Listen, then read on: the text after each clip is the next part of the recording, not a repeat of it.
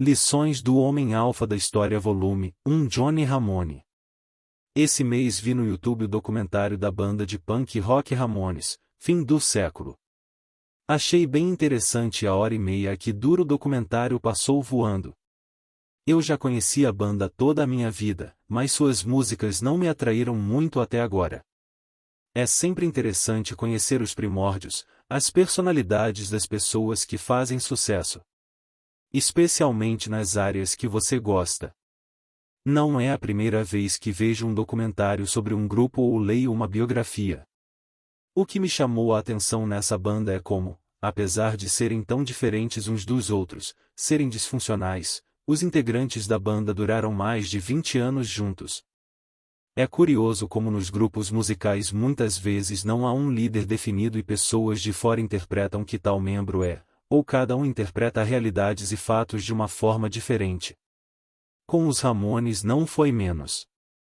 No documentário você pode ver que cada membro tem uma visão diferente da banda e da vida. Todos concordam que a cola da banda e que a manteve unida durante todos esses anos foi a protagonista deste post. Johnny Ramone. Um cara autodisciplinado, rígido e quieto. Ele mesmo disse que se atribuía o papel de líder e seus companheiros acatavam suas ordens. Ele era o alfa. Apesar de seu rosto atordoado. Depois de terminar o documentário fiquei com gostinho de quero mais e comecei a investigar. Eu encontrei essa autobiografia. Comando. Que ele escreveu antes de morrer de câncer de próstata. É bem divertido. Poderia ser considerado quase como um guia instrutivo sobre como seguir o caminho certo. É arrogantemente escrito. Johnny Ramone realmente achava que ele era um cara durão. Ele era um delinquente juvenil, entrou em uma academia militar, era da classe trabalhadora. Influenciado por seu pai, outro cara durão. Ele se considerava o cérebro da banda. Ele era teimoso, um maníaco por controle. Ele sempre fazia listas, estatísticas de tudo. Ele tinha um diário no qual fazia relatos de cada show que davam, assim como faço com as namoradas e garotas que conheço. Ele se propôs a formar a maior banda de rock and roll da história e apesar das idas e vindas de o grupo ele nunca quis desistir até atingir seu objetivo.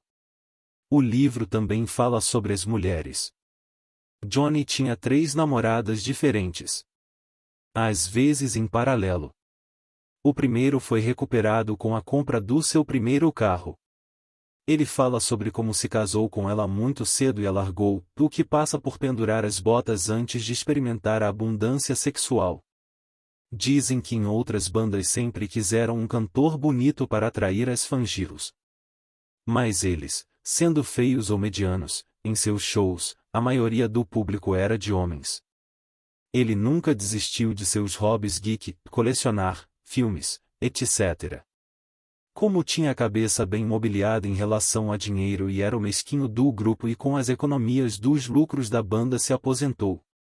É curioso como para muitos dos fãs este Ramone não é o mais popular e os mais betas do grupo são. O cantor Joey Ramone, uma aberração romântica que idealizava mulheres, sua namorada saiu com Johnny e D.D. Ramone a mais autodestrutiva.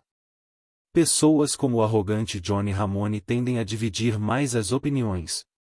As fangiros que o criticam hoje em dia e preferem Joey por sua simpatia podem preferir foder Johnny. A seguir, colocarei algumas das citações mais interessantes de sua autobiografia e quais lições você pode extrair. Liderança.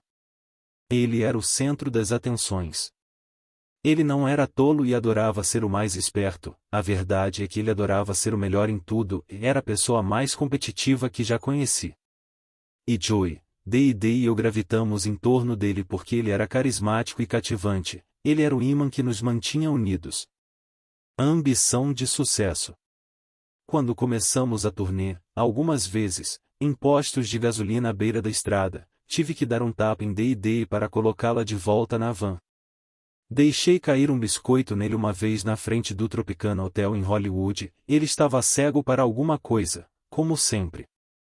Tal era minha obstinação em fazer de nós a melhor banda do mundo que estava disposto a tudo para o conseguir sem renúncias nem concessões.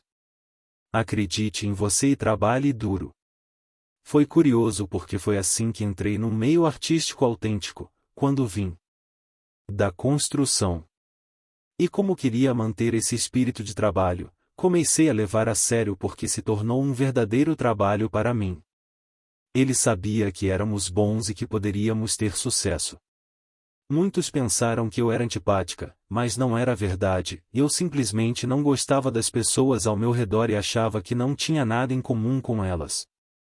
Eu ia para casa enquanto o resto ficava lá, no CBGB, sempre igual, noite após noite, bebendo até fechar. Para mim aquilo parecia uma perda de tempo e a verdade é que não combinava com o que os outros faziam, e eu não tinha amigos no mundo da música, estávamos lá a trabalhar e o CBGB era o sítio onde fui trabalhar. Assim como quando eu trabalhava na construção, também não saía com esses caras depois do trabalho. Acreditava que seríamos gigantes, a maior banda do mundo, e que iríamos mudar a música com a corrente que íamos levar.